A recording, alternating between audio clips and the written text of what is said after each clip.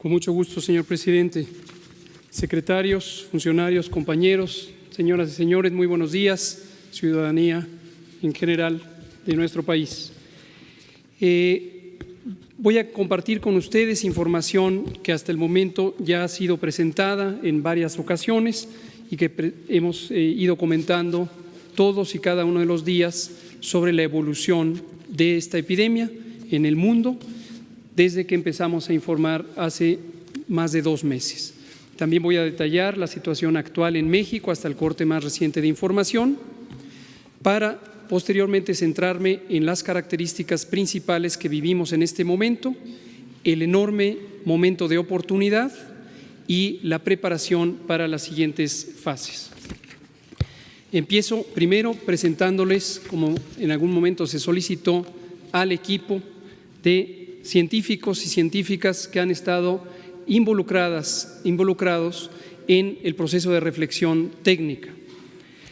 No puedo, por razones de tiempo, detallar a cada una de ellas, pero como se puede ilustrar, al frente de nuestro secretario de Salud, el doctor Jorge Carlos Alcocer Varela, hemos estado trabajando distintos procesos de reflexión, de planeación, de evaluación, de preparación para finalmente entrar en la respuesta que formalmente dimos por iniciada el 27 de febrero de 2020, cuando detectamos el primer caso. Cuando llegamos a ese punto nos encontrábamos cómodamente preparados por un proceso que había iniciado desde el 3 de enero y que se había disparado porque el 31 de diciembre de 2019 nuestros sistemas de monitoreo y alertamiento temprano nos habían permitido identificar la ocurrencia de un pequeño brote de 44 casos de neumonía en Wuhan, China. En las distintas fases de preparación, este grupo científico, conformado por médicas, médicos, especialistas en infectología, en virología, en inmunología, como el propio secretario de Salud, en epidemiología, tanto de enfermedades infecciosas como de enfermedades crónicas y epidemiología ambiental, en promoción de la salud, en salud mental y otros campos del conocimiento médico, nos permitieron no solamente la identificación de retos, sino la evaluación crítica en todo momento de cuáles son los elementos que estaban presentes y los que podían hacer falta en el plan de preparación. Como consecuencia de ello, pudimos construir un repertorio muy amplio de documentos guía, de lineamientos técnicos que se sintetizan o convergen en 3 documentos fundamentales: el lineamiento de vigilancia epidemiológica y diagnóstico por laboratorio, que ha tenido ya 5 revisiones de acuerdo al proceso de evolución de esta epidemia; el lineamiento de atención médica para todos los niveles de atención y la guía de los procesos de control de infecciones, que aplica no solamente para el ámbito concreto de salud, sino para todos los espacios públicos y privados que pueden existir en el país. A partir de ello, este grupo se vinculó también con las múltiples instituciones fuera del sector salud que nos permitieron una visión amplia, con un horizonte de mediano plazo para la preparación y un horizonte de mediano y largo plazo para la recuperación en las distintas consecuencias que esta epidemia puede tener. Esto ha sido el proceso de construcción del aprovechamiento de las capacidades institucionales que México tiene y ha construido en varios años, pero también de la disposición de trabajar unidos y muy coordinados en todo el gobierno, con todos los órdenes de gobierno y con toda la sociedad. Hemos tenido innumerables encuentros y acuerdos, no solamente en el interior del gobierno y con los gobiernos estatales y los municipales, sino también involucrando a actores privados y sociales que han sido partícipes de este proceso de preparación. Esto involucra la continuidad de operaciones, la respuesta hospitalaria, el diagnóstico por laboratorio y varios otros elementos que sería muy largo de detallar. La siguiente. En el mapa global que presentamos todos los días y que elabora la Organización Mundial de la Salud con la información que proviene de los países, tanto de sus gobiernos como la constatación por fuentes indirectas de acuerdo a lo dispuesto por el Reglamento Sanitario Internacional, podemos ver o hemos podido ver la propagación de este virus, y esto fue lo que justificó que tempranamente la Organización Mundial de la Salud declarara esta como una emergencia de salud pública de interés internacional y posteriormente anunciara el carácter de pandemia, que no tiene otro significado técnico más que la propagación por una extensa porción del mundo. Actualmente prácticamente todos los estados nacionales tienen al menos un caso y hay zonas donde destacadamente existe la mayor transmisión. En su momento, en las primeras semanas, en enero y hasta la mitad de febrero, la región asiática, específicamente China y el sureste asiático, fueron el motor de la propagación. Posteriormente, la zona europea ha sido y lo es todavía el motor principal de la propagación, pero en los últimos 3 a 4 días, la región de América es también ya un motor importante de propagación. A partir de ayer, la Organización Mundial de la Salud reconoció lo que nosotros hemos estado anunciando, por lo menos en los últimos 8 días, que es la existencia de transmisión comunitaria en México. Eso lo hemos explicado, para nosotros es la primera generación de transmisión que nos permite ver que los contagios de personas que provienen de otras partes del mundo pueden propagarse al interior del país, y al conservar la trazabilidad de estos casos, seguimos utilizando, como lo hemos hecho desde el inicio, la estrategia de contención centrada en las personas. Esta estrategia de contención nos ha permitido prolongar el tiempo antes de que pasáramos a la fase 2 y ha sido útil durante esa fase. Continuará durante algunas semanas en la medida en que tengamos la capacidad de identificar a los casos, podremos ponerlos en aislamiento, estudiar a sus contactos y seguir con ese mecanismo. Sin embargo, como comentaré en los próximos pocos minutos, ha llegado el momento donde podemos tener una mayor contribución con estrategias colectivas, estrategias masivas, que corresponden al capítulo técnico de mitigación comunitaria y nos van a permitir ser aún más eficientes en reducir la velocidad de propagación, contribuyendo al esfuerzo inicial centrado particularmente en la contención. En el siguiente diapositiva es también el informe específico del país, y lo que podemos ver son algunas características que me gustaría destacar. Lo primero, los números. Tenemos hasta ayer por la tarde 367 casos acumulados que han sido confirmados. Asimismo, 1.865 fueron en su momento estudiados como casos sospechosos. Se contribuyó a la contención en la medida en que se instrumentaron las medidas de aislamiento, pero también hoy sabemos que esos 1.865 han sido descartados. Continúan en estudio, y esta es una cifra variable de día a día, 826 que son estudiados cada día con la posibilidad de que pudieran ser casos confirmados y el resultado de que lo sean o sean en su momento descartados. También quiero destacar que en la mayoría de los casos, como lo hemos explicado y como ha ocurrido en otros países, afortunadamente se trata de una enfermedad que se autocontrola por la respuesta inmune del organismo, y en un periodo de aproximadamente 7 a 10 días, máximo 14 días, desaparece espontáneamente. Esto ocurre en casi 90% de los casos. 9 de cada 10 no van a necesitar ninguna atención avanzada, no van a necesitar hospitalización y su riesgo de complicaciones es significativamente bajo. Desafortunadamente, hasta 8 de cada 10, hasta 1 de cada 10 pueden tener, o 2 de cada 10 pueden tener una enfermedad que se prolongue y que requiera otro tipo de atención, con hospitalización, y en algunos grupos de la población puede haber incluso la necesidad de medicina crítica, de atención crítica en terapias intensivas. Estas son las personas que reiteradamente hemos destacado como de mayor vulnerabilidad en términos de salud, que requieren la mayor atención del Sistema Nacional de Salud, pero también de la sociedad, para poder prevenir que se compliquen y, en caso de que presenten alguna complicación directamente o indirectamente relacionada con la enfermedad COVID, puedan recibir atención oportuna y puedan restablecerse a la mayor posibilidad. Y el último elemento que señalo respecto a este informe es el mapa. Hemos identificado desde el principio, esto es predecible por los métodos epidemiológicos, que esta epidemia no se comporta en forma homogénea a lo largo del territorio nacional. Esto tiene que ver con muchísimas razones, pero fundamentalmente con la manera en que está agregada la población.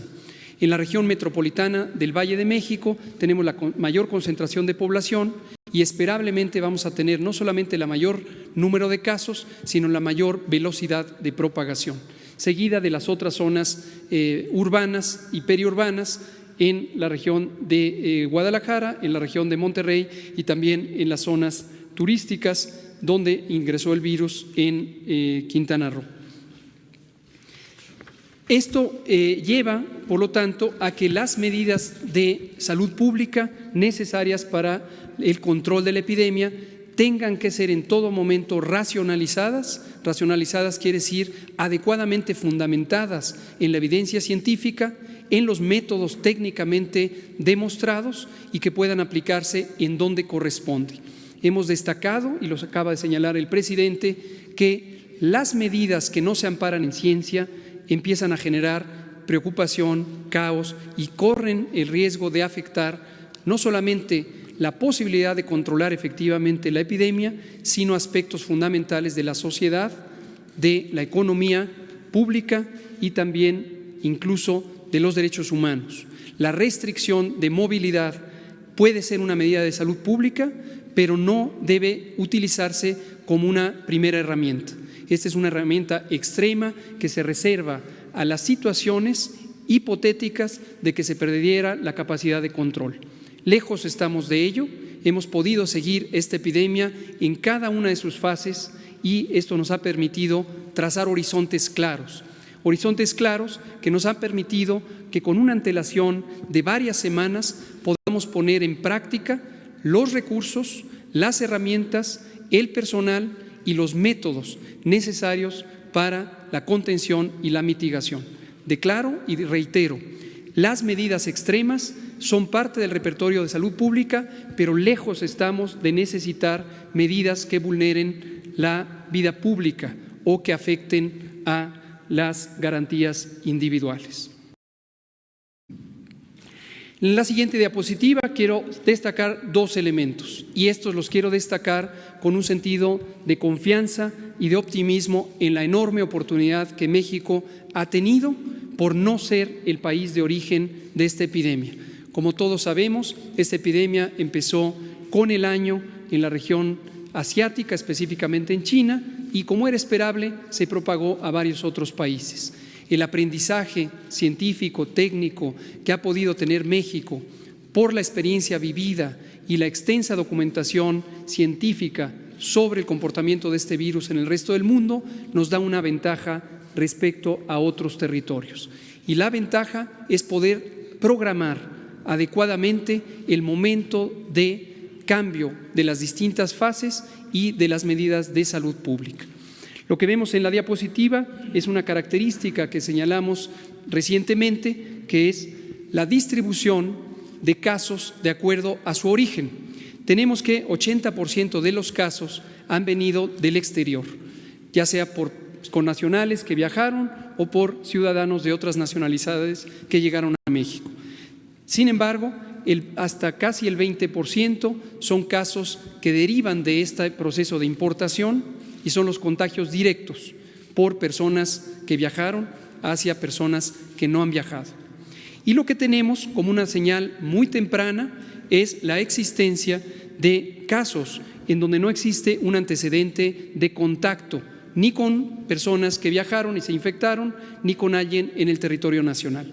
Aunque apenas es el 1%, 5 casos, lo consideramos una señal temprana que debe ser tomada en cuenta porque esto precisamente es el elemento clave que empieza a distinguir la fase 1 de la fase 2. Esta característica, no el número de casos, esta característica, la pérdida de trazabilidad de los contagios.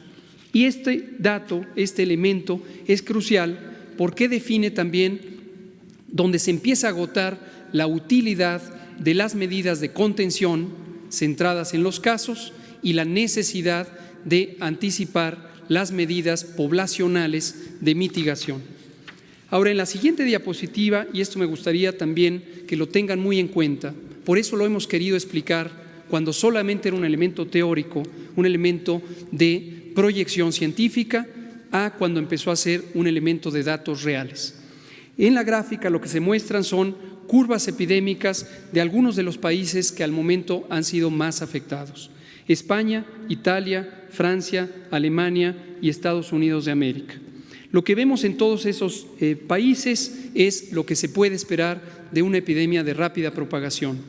Es decir, durante un periodo que aproximadamente es de 30 días en promedio, tenemos una transmisión francamente lenta.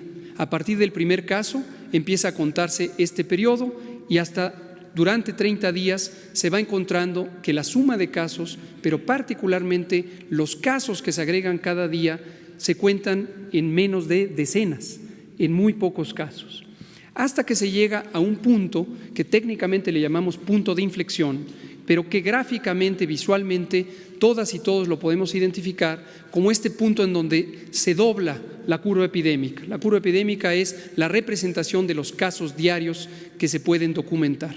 Se puede ver en todos esos países y en cualquier otro país del mundo que se llega a ese punto importante de inflexión. Finalmente, en la parte baja de la diapositiva, apenas visible, está una línea de puntos gruesos que corresponde a lo que está ocurriendo en México.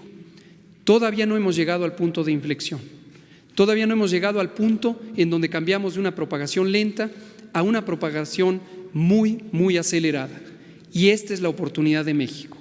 La oportunidad de México es haber actuado oportunamente en reconocer que esto podía darse y haber planeado el momento correcto de la implantación de las medidas comunitarias. El momento es este y, por lo tanto, queremos declarar formalmente el inicio de la fase 2.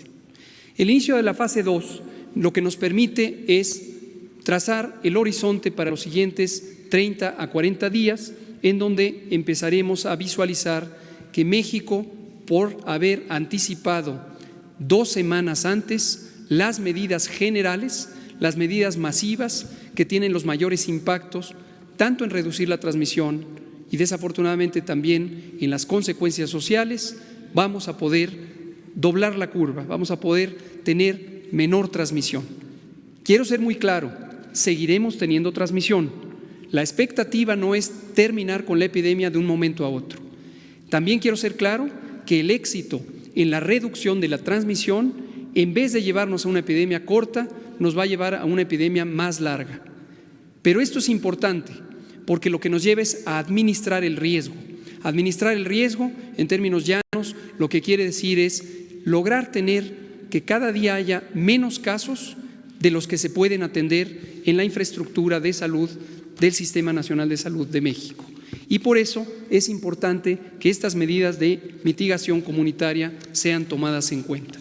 Destaco que en términos de mortalidad, mientras que muy triste y desafortunadamente algunos países ya tienen decenas, centenas o millares, nosotros apenas tenemos 4 muy desafortunadas, pero solo 4 muertes. Italia tiene 5.476 muertes, en España han muerto 1.720 personas, en Francia las defunciones ya se suman en 674, mientras que en Estados Unidos hay 407 decesos atribuibles a COVID. Y por su parte Alemania tiene ya casi 100, tiene 94 personas fallecidas relacionadas con la epidemia. México tiene 4. México encuentra, por lo tanto, el área de oportunidad, la aprovecha y la usa con base en ciencia y con base en los métodos de la salud pública. Vamos a ver qué elementos se definen formalmente a partir del día de hoy y en términos de su soporte legal. En la siguiente diapositiva lo que vemos es a la personaje clave que nos ha permitido comunicar a toda la ciudadanía, a toda la población, adultos, jóvenes, niños, adultos mayores, qué vamos a hacer. La personaje es su sana distancia. Su sana distancia lo que nos permite es trazar un círculo, un radio de más de 1.5 metros, que es la distancia necesaria para evitar el contagio en forma individual. Si nos mantenemos en una sana distancia, vamos a poder alejarnos de la fuente de propagación que es la vía respiratoria de aquellas personas infectadas.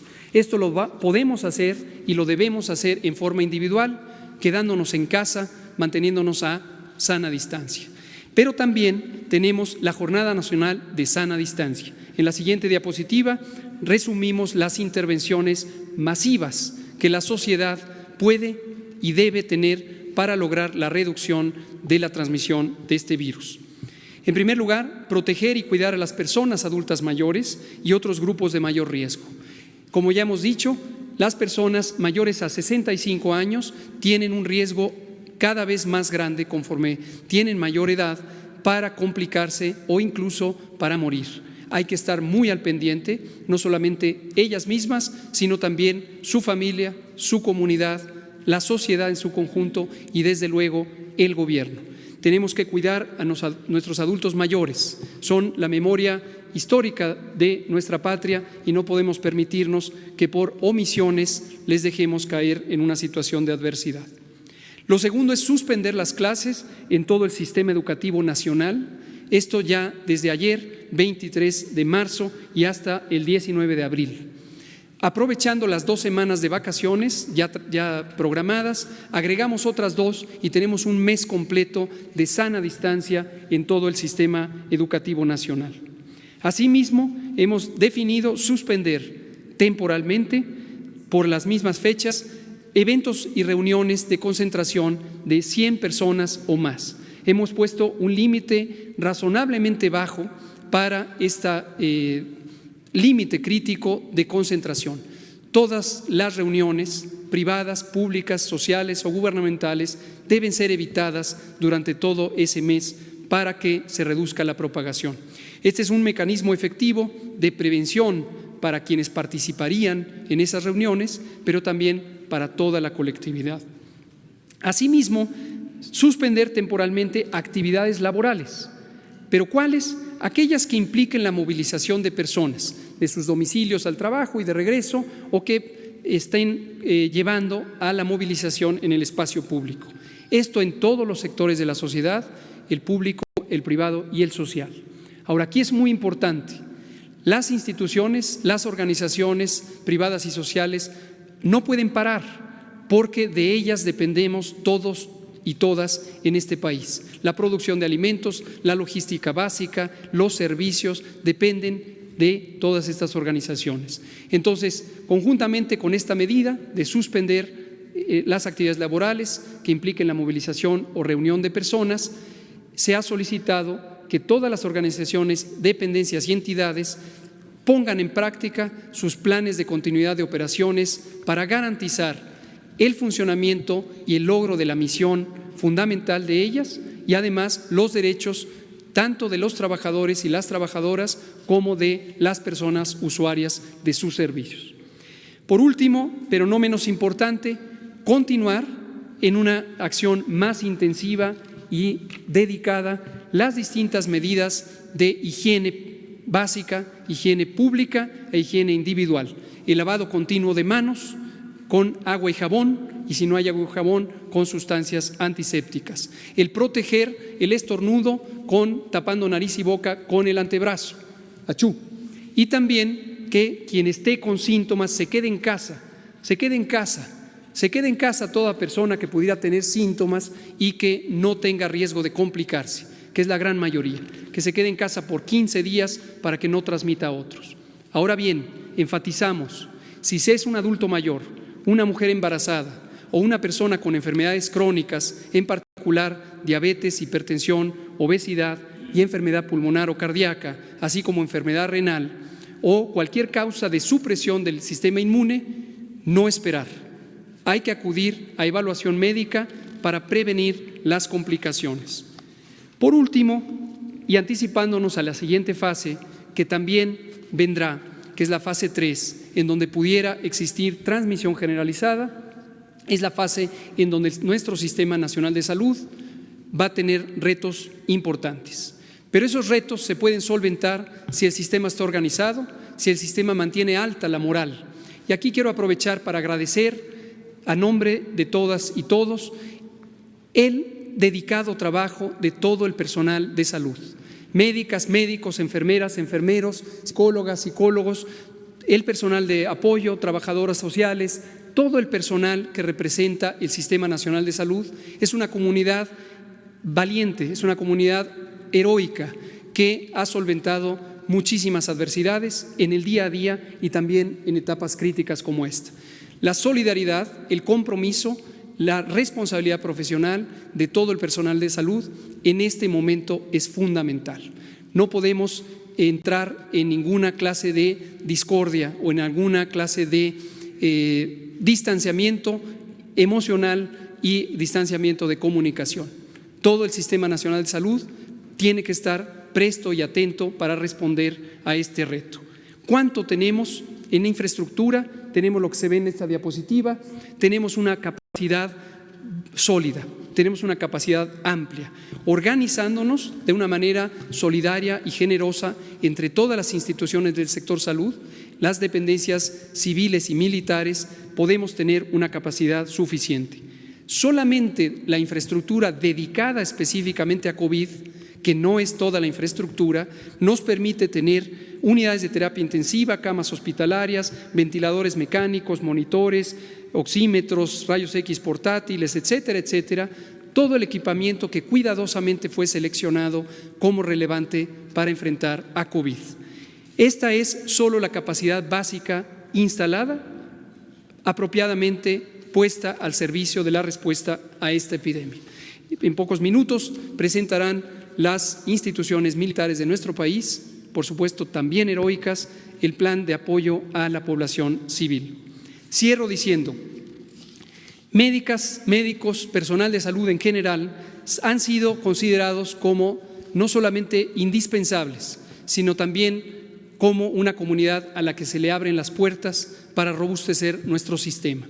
Desde que se estableció el Instituto de Salud para el Bienestar, se estableció una convocatoria para contratar a personal de salud general y especializado. Hoy reiteramos que la convocatoria sigue abierta. Ya de los 43,000 personas contempladas por contratar, ya hemos completado más de 1,200 personas. Sin embargo, en este momento necesitamos acelerar el proceso de reclutamiento, por lo que invitamos a personal de salud de las distintas especialidades señaladas en la imagen a que atienda la convocatoria y se comprometa con el futuro de este país, siendo una persona que ayude a enfrentar la epidemia. La convocatoria está abierta, los datos son disponibles. Termino diciendo, la unidad de propósito, la unidad nacional en términos de la respuesta de un problema complejo nos va a robustecer, no solamente para lograr solventarlo, sino para encontrar que las mejores capacidades del país están en su gente, están en su corazón, están en su cerebro, están en todos nosotros. Por ahora nos distanciamos, por ahora establecemos una sana distancia, pero es física, no es moral, no es emocional y no es, por supuesto, en la solidaridad del pueblo. Gracias, presidente.